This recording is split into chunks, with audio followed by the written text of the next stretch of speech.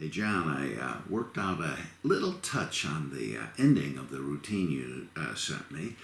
Uh, Took me a little bit of a while. I came up with 3 or 4 beginnings to get into. I'm still not happy with the way I get into the trick, but maybe you can think of something better. All right? So we're going to do something, play a game called Monty, and we'll use the 2 jokers, and I'm going to need to get 2 cards selected. All right, so the first one will be for me.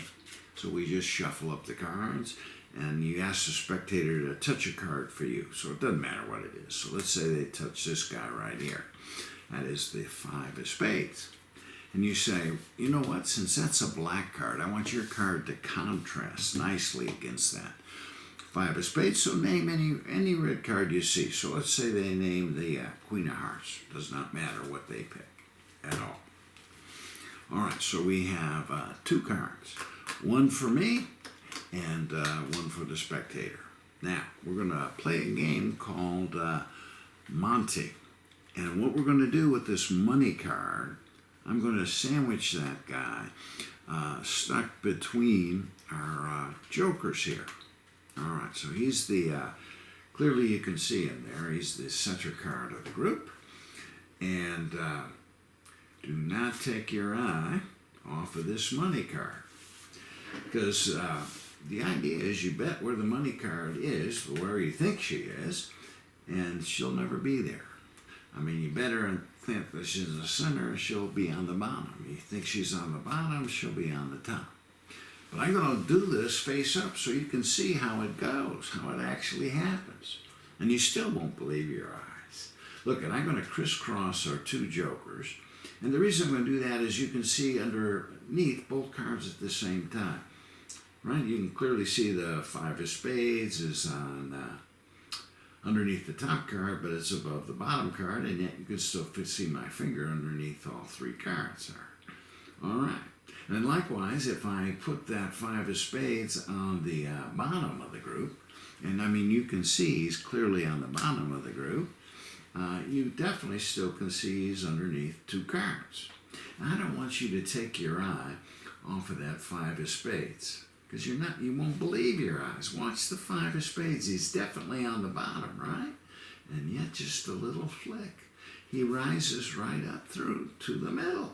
Let's try that again. Look, I'm going to place this 5 of spades right there in between. You can see him there. He's stuck in the middle, and yet I just pull, and he falls right through. Let's try this one more time. I mean, that 5 of spades is the bottom card of the group, and yet just a shake. He's now the middle card. Let's do this one more time. One more time. So don't take your eye off of that 5 of spades, and we're going to sandwich this guy. So he's face down in between our 2 jokers. Now watch, just a flick. Did you see him jump? Yeah, he did. He jumped long distance this time because you see, I've got your Queen of Hearts. Your 5 of spades, the money card, jumped all the way to the table. And that's why we don't play this game for the money. Anyway, that's the idea. I kind of like the transpose at the end. I just don't like the way I get into the routine. There's got to be a better way. See if you can come up with something. So I just start off and I do the Larry's move on the put in the center, and then I just do a half pass of 1 card, and then kind of like an Elmsley count, you're all set with the 5 in between. So that was the main change there.